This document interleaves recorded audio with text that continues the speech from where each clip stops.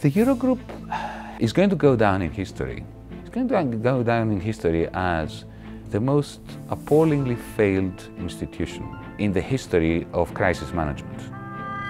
If there's ever going to be a textbook written for the generations to come on how not to handle a crisis, I think the Eurogroup's approach to Greece will be a very major part of this textbook.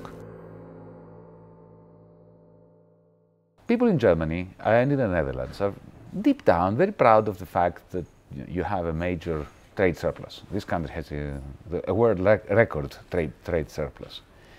But think about it again. Is this a good thing to have? Because your trade surplus is somebody else's deficit. Now, when you accumulate all these surpluses, what do you do with them? You are forced by nature, by the economy, to lend them to those who have deficits. In other words, your savings are entrusted into people who are debtors and whose debt is unsustainable.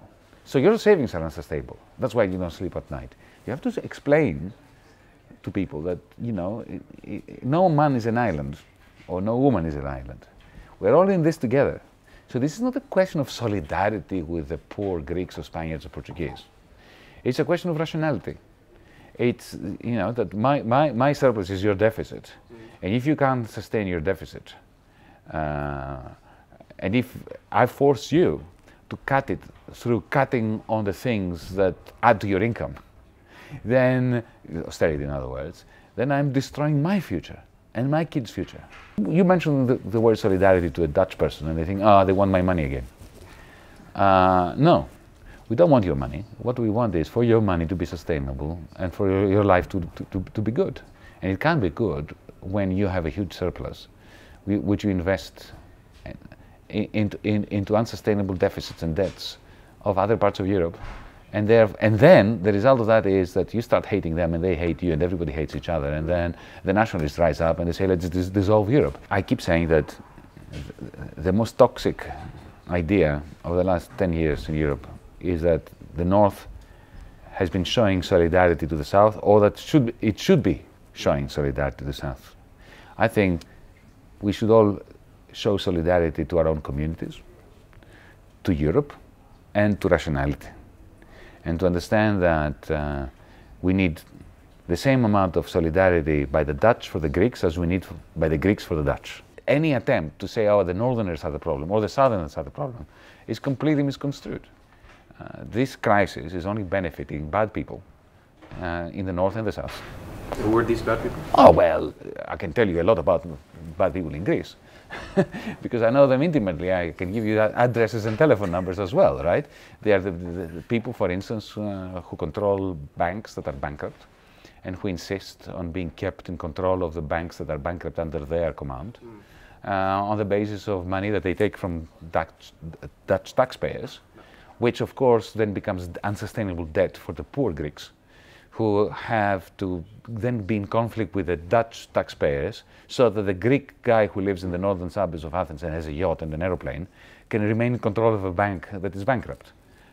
He benefits, not the Dutch, not the Greeks. The point is that our countries lose out, our peoples lose out, the good people lose out. If they had access to a live stream of what was being said in the Eurogroup, they would all have a completely different perspective on what was going on. And I do not believe that the Eurogroup's brutish strategy towards Greece would have been tolerated by the good people of Holland. 2010, you have an entity that goes bankrupt, the Greek state. And how do you deal with that? How did they deal with this?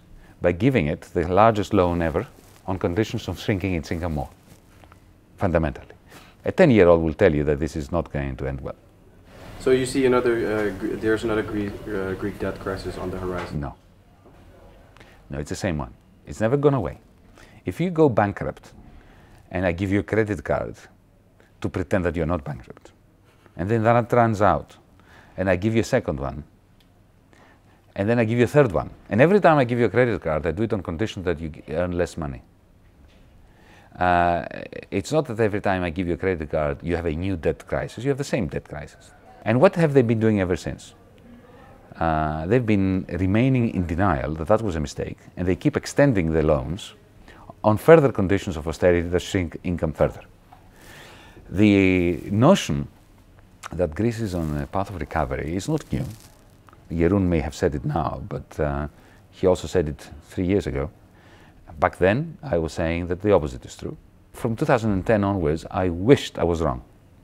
But history comes back and constantly confirms what I'm saying. And you don't even need to take my word on this. Look at the International Monetary Fund. The IMF is now coming out with precisely the numbers and the analysis that I was offering in 2015, precisely the same numbers. What was my argument? My argument was that by 2020, the Greek debt to GDP ratio is going to exceed 200%, that a primary surplus target of 3.5%, 4.5% is absolutely impossible. Anything above 1.5% is unsustainable. The IMF has just come out and said exactly the same thing. So take a pick, Jeroen or the IMF and me. And remember, maybe you've heard of that, I was being accused of the heinous crime of talking macroeconomics in the Eurogroup. And I was guilty of that. I tried to talk macroeconomics in the Eurogroup, and that was considered to be completely unacceptable behavior. What you've got to understand is what I faced up to when I entered the Eurogroup was no policy debate. No idea. I wish that this was an ideological clash. We would love to have this kind of confrontation. It would be fantastic. There was no confrontation on the basis of ideas or policies. It was a very simple, brutish 19th century gunboat diplomacy episode.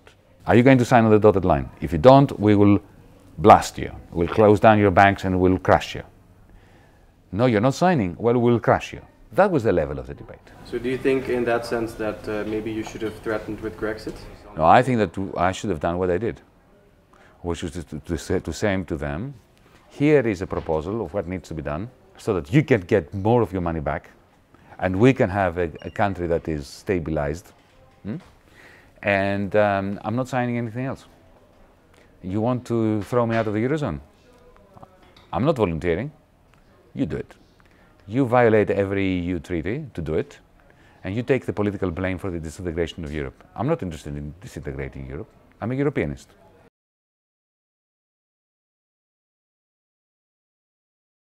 Take heed of what has been happening in the last year. Ask us the question, who has undermined Britain's place in the European Union, Varoufakis or Dijsselbloem or Schäuble? The way to combat inane power, idiotic power, power that is undermining itself, because this is what's happening, you see. These people are exercising power. They think that they can get away with it, but they can't get away with it. Look at Brexit, look at Le Pen, look at Wilders, look at all these people who are destroying the foundation of the European Union. 2008 was our era's 1929 moment. There are many similarities. Wall Street collapsed, 2008. Immediately, the monetary systems which handled most of the economic pressures in Europe began to crumble. In 1929, it was the gold exchange standard. In 2008, 9, 10, it was the euro. Very similar. The euro was as if it was modeled on the gold exchange standard, really. And very soon after that, the political elites who had caused the crisis or who had created the circumstances for it to emerge went into a serious spate of denial about the systemic crisis that they were facing, and they simply tried to transfer the losses, banking losses, bankruptcies and so on, onto the shoulders of the weakest citizens, which they did very successfully. It's called austerity. And then immediately after that, a deflationary crisis started, and deflation breeds monsters. Remember that the Nazis did not rise to power as a result of inflation, in spite of a myth in Germany that that is what had caused it. No, it was deflation. Because in 1930, 31, 32, when great austerity, following 1929, brought to the fore those political monsters. Yeah. It's happening again. And I have no doubt in my mind that it's not immigration that keeps them up at night. They may not know exactly what's keeping them up at night. But through a dialogue, we can bring it out. If we were having this conversation in Greece, it would be unemployment, it would be bankruptcy, it would be the fact that 1 in 2 families have no one working in them. Yeah. And they have no way of knowing how are they going to pay their rent next month. That's what keeps them up at night. In Holland, the crisis is manifesting itself in a very, very different way. In Greece, we have this complete bankruptcy of everyone. Everyone owes money to everyone else and no one can pay. But in Holland, you have another manifestation of exactly the same crisis. You have people who are doing pretty well by the standards of everybody else. People who have jobs, incomes, maybe a lot of money as well. They have holidays in the nicest resorts and so on and so on. But they also have a huge amount of private debt. They have mortgages that are gargantuan. Their businesses are heavily indebted. They're sitting on a large pile of private debt. Private debt in the Netherlands is gigantic, which at the moment they are rolling over because interest rates are negative or zero. But they can see, they can feel that this is not sustainable. A bit like Greece in 2005, which felt as if it was flying high, but of course everybody knew that it was flying high on hot air. Holland is very much in that situation now, and that's, I think, what keeps people up at night. Then there are others who, in this country of wealth, are struggling, and they don't know why. Why are we struggling? They ask themselves. And suddenly, all these anxieties need something to focus on. So the foreigner becomes the usual scapegoat. So I think that what's important is actually to have a conversation with people. Say, okay, let's say we press a button and all the foreigners die, or leave, or go to Mars, or whatever. Would everything be okay now with you? Yeah. And through this dialectic, Socratic dialogue, to bring out of their soul the fact that their anxiety has nothing to do with refugees, nothing to do with the foreigners, really. Is the EU doomed, or can we still save it?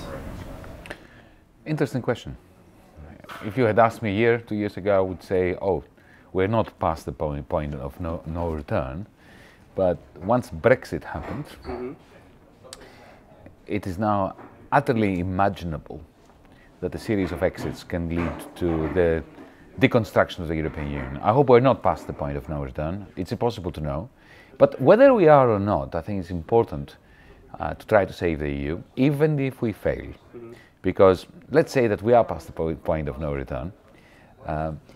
The attempt to save it is going to create so much good quality political capital that we shall need it after it has disintegrated in order to bring it back together again. And what is this good quality political capital that you're talking about precisely? Well, what we're doing now. Yeah. You and me having a discussion about what needs to be done. You're Dutch, I'm Greek. We have people here who are from Poland, Italy, Croatia, Britain, Germany. We're the people that have to bind together, reach out across national borders and political party affiliations in order to discuss that which needs to be done, in order to minimize the human costs of the current crisis and build a common platform on which to found or refound shared prosperity.